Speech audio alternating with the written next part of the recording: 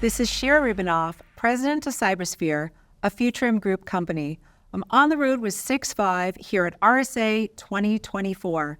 I'm very happy to be joined by Akiba Saidi, VP, IBM Security, Product Management, and Data Security, as well as Scott McCarthy, Partner, Product Management and Cybersecurity Services. Welcome to the show. Thank you. And Scott and Akiba, can you please introduce yourself to our audience? Tell them a little about yourselves and the role that you have here at IBM. Sure. My name is Scott McCarthy. I'm based in Boston, Massachusetts, and I have a 25-year career in cybersecurity. I lead product management for cybersecurity services. It's a consulting and managed security services portfolio. And hi, everyone. My name's Akiba. I live in New York, my favorite city in the world. And I lead our product management for our data security portfolio. So we are all about protecting data.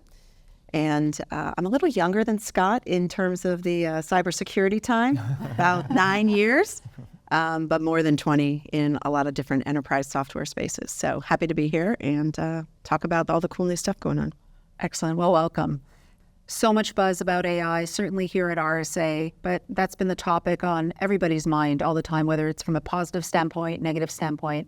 So Scott, what are you seeing in the market today with clients related to AI? So what we're seeing is incredible pressure to innovate with AI so that clients can improve productivity, drive growth initiatives, et cetera.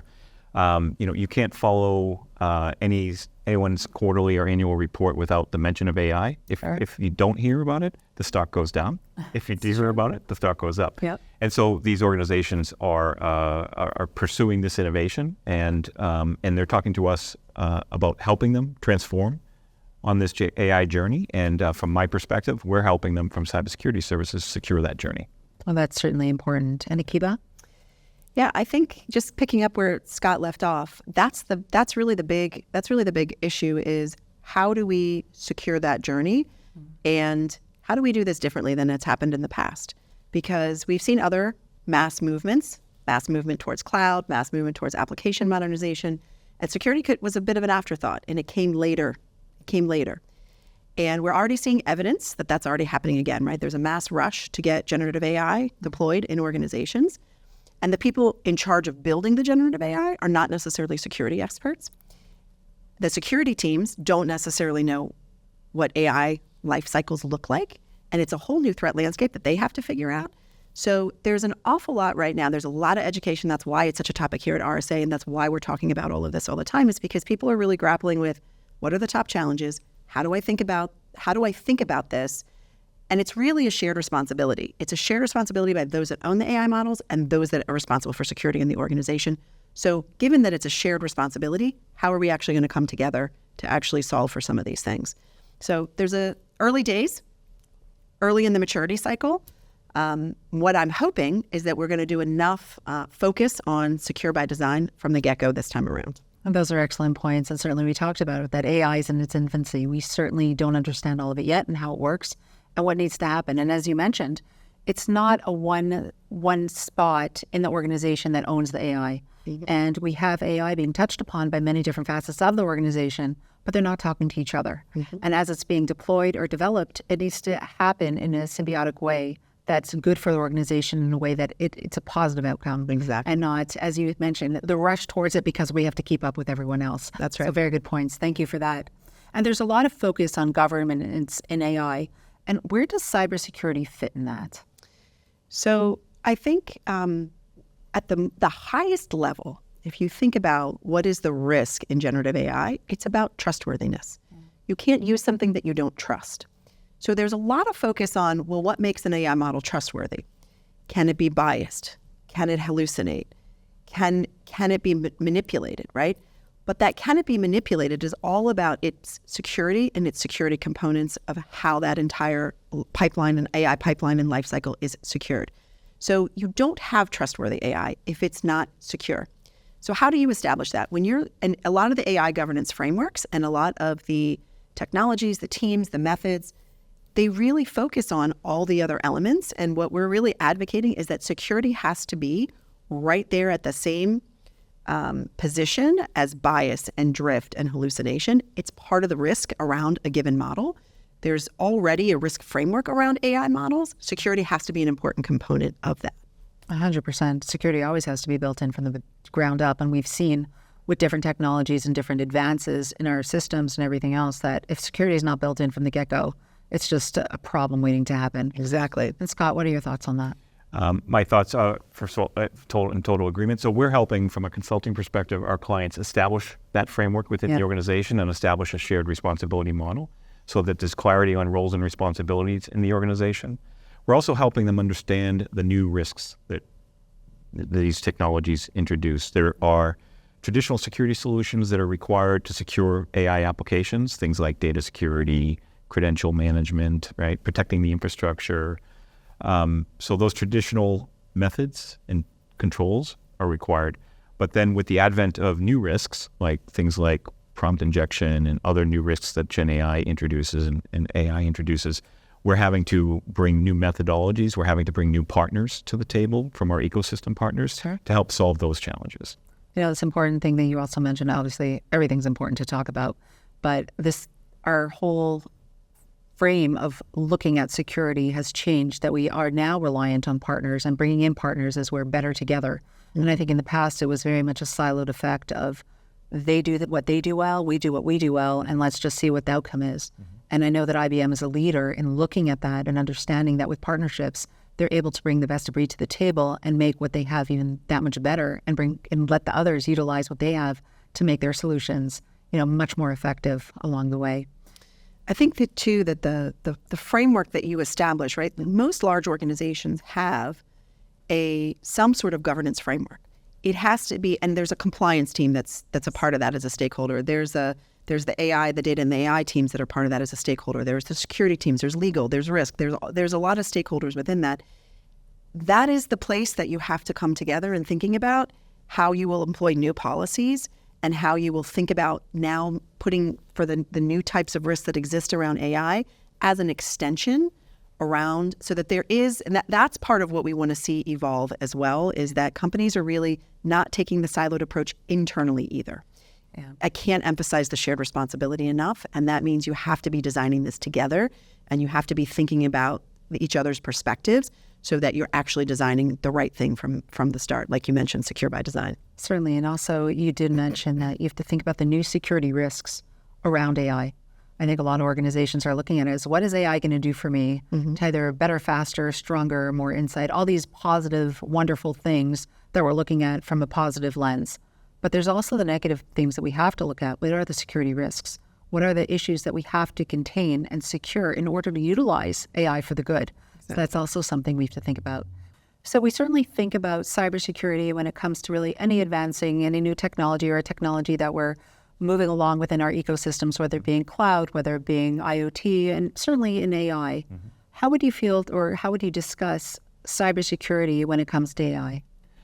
Well, so we look at it from two dimensions. One is securing AI, and one is AI and security. And I think both are going to be important because it's not going to be sufficient to have just humans alone protecting the organization against AI. So we're helping clients deploy AI technologies from IBM and our ecosystem partners into their security operations teams and programs so that they can better defend the organization, assess the risks, understand where they're vulnerable, understand that attack surface, but also incorporate these new Gen AI applications into their incident response plans and procedures.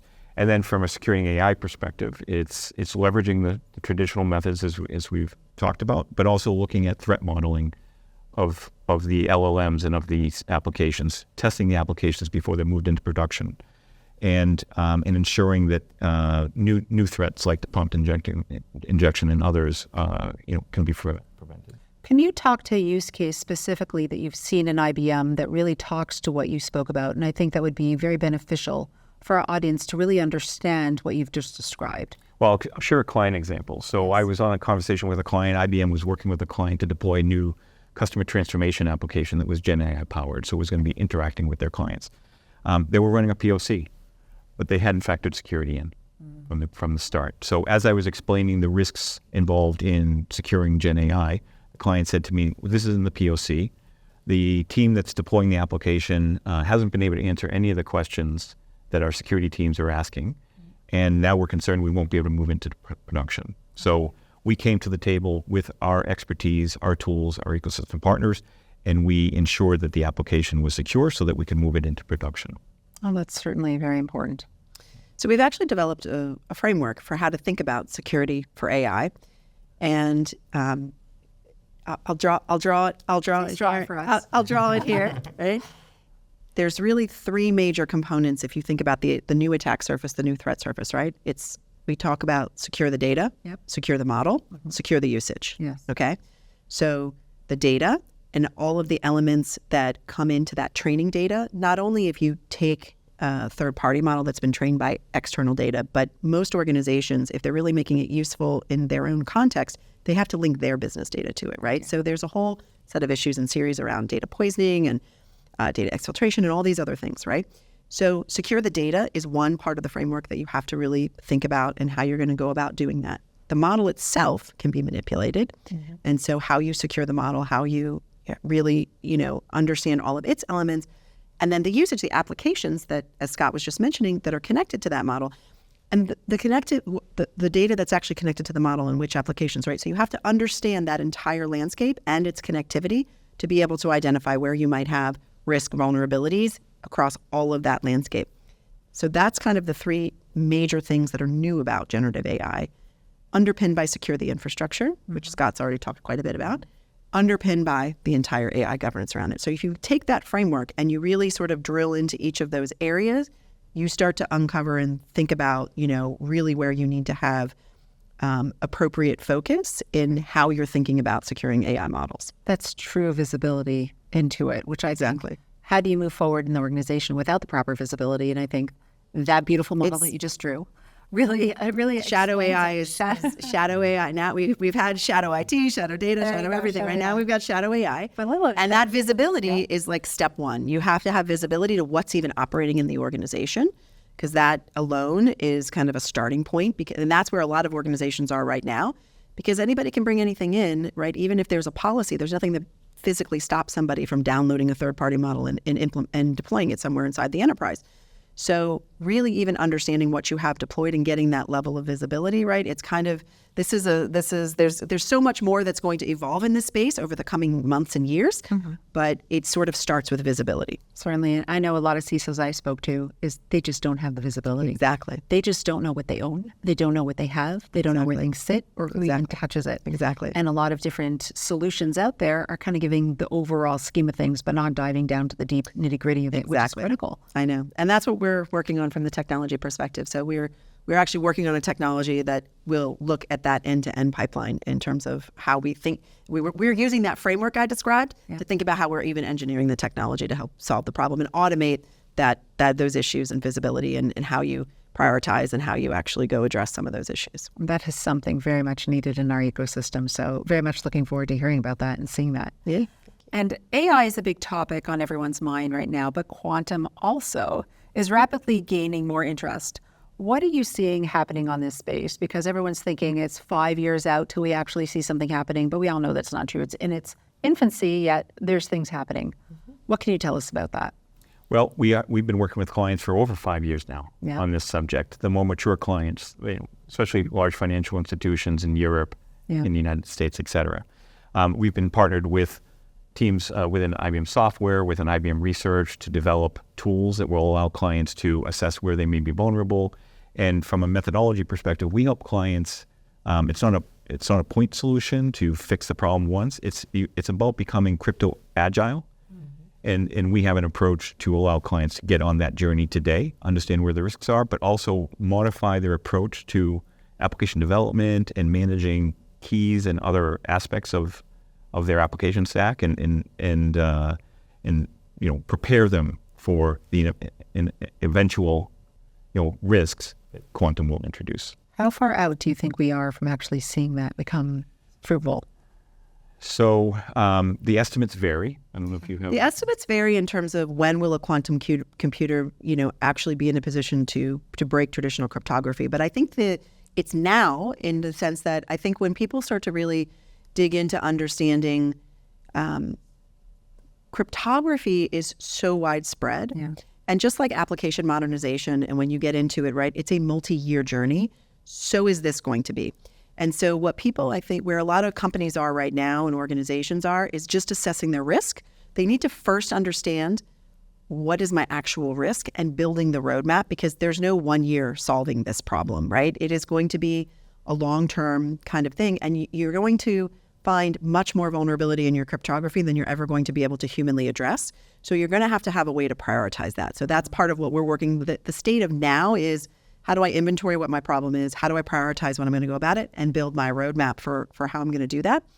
And then as we go forward in the permanency, right, and monitoring for changes and all that good stuff. And then how do I actually, there's a really significant shift when we talk about crypto agility, right? Because decoupling cryptography from applications and managing something centrally is a fundamental change in the way, it's going to turn encryption and cryptography on its head in a lot of ways.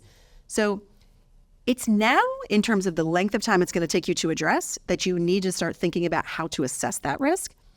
There's a lot of speculation, and I don't know any of us can 100% predict, but it's within this range of what we've been describing, right? And in less than a decade where that happens. And I don't know, everything keeps getting sooner. The more data I see, it keeps coming in and in and in. But it's really about understanding where you are now and the realization that the timeline for what you're going to do is going to happen over some number of years. So you need to get started at least understanding what your journey is going to look like, so that you can prepare your organization, your staffing, your budgets, your everything, right, for how you're going to deal with that in the going forward. Well, certainly I think we have to look at it with the lens that we're also looking at AI. It's not just a positive outcome for us with the maturity of AI, but the maturity of quantum. There's also the negative aspect that's going to come at us that much quicker, better, faster, with much more detailed, quick targets at our backs. That's right. Is that something that you're focused on as well, in terms of, I know a lot of organizations saying, I don't want to deal with this. This is something that is beyond me. Yeah. We won't have a choice, because cryptography, it's all, at the end of the day, it's all about getting into the data and the systems, right? And that's your protection layer. And if that protection layer isn't there, there's nothing more catastrophic than that in terms of an existential threat to your business. Certainly. If your most important systems and data can be accessed, right? So some people compare it to the Y2K. It's not a Y2K analogy in the sense that it's not a date that everything's going to change. But it is an analogy in the sense that it is fundamentally every system that has to, at some level be looked at, assessed, and evaluated if there needs to be a quantum safe cryptography, right, that's going to be implemented in that infrastructure. Almost like a cyber hygiene across your organization on multi-levels. Yes. Being around AI. And it is daunting. It's daunting and it's overwhelming. Daunting. But that's why you have to kind of start to assess what's your situation to be able to kind of take that in a more reasonable path. Certainly, that's an area of being proactive in your cybersecurity stance and not just reactive, because we have to be both. Right. But certainly with this coming to be in the mature state that it is, there's a lot to be excited about. But as you mentioned, being prepared, understanding the fundamentals, and really preparing the organization in a way that they're ready and not just hands thrown up in the air trying to scramble once it actually hits in a very impactful way. Exactly. And I'd love to ask both of you if you have any final thoughts around this topic for our audience. Well, my thought would be, we've used the analogy of the cloud transformations, and we've learned a lot through that journey. Yeah. And as we've said, we're seeing repeating patterns from that cloud journey. So I think one of the reasons we ran into those troubles as part of the cloud journey was security wasn't enabling the business to achieve their business objectives at the speed of the business. Right. And security teams need to upskill. Mm-hmm. They need to become an enabler of the business. And I think business leaders need to be partnering with their security teams to make sure that they're secure by design at the outset, and they're not having to go back and retrofit these applications and add security back in after the fact, because we know that's the most costly way to approach this problem. 100%. And that also leaves holes in the systems of trying to put a Band-Aid on a gap where security should have been built in. So very important information. Any final thoughts around this topic? Just, I think, in the spirit of education, I wanted to mention just a couple days ago, we released a new study. So IBM's Institute of Business Value does a lot of thought leadership type of work, and we do a lot of surveys of very senior executives. And we just did one on securing generative AI, so very timely to the discussion. And some of the results and the insights from that, I think, will be interesting to the audience to be able to understand, including 24% of Gen AI projects right now being secured, right? So a very, very small percentage of overall projects being secured, but also talking in more detail about some of the things we've been talking about, but in, a much more lengthy document. So I would encourage anyone to take a look at that as well. You can find it out on our website if you just Google Securing Generative AI from IBM Business Value Institute, and hopefully that's useful to some of the audience to read up on that, and help with the education and getting things moving in the conversations and being the representation. I think that's another thing I've been advocating for. Be the representation in your organization for helping to understand what the risks are, why it's important, and why it's a shared responsibility. Oh, very important. And I also like to ask my interviewees for a cybersecurity business tip or helpful hint to our audience, whether it being something personal for the everyday person out there, for an organization, but something that you feel passionate about in the cybersecurity world. So let's start with you, Akiba. Okay. My tip is don't talk in technical terms. That's a good tip. Please. It's such a thing, and security people go there so fast. But when you are trying to convince the senior leadership, when you are trying to convince the AI teams, when you are trying to really communicate with anyone, you have to do it in a way that is in their language, not your language. And so that's my number one.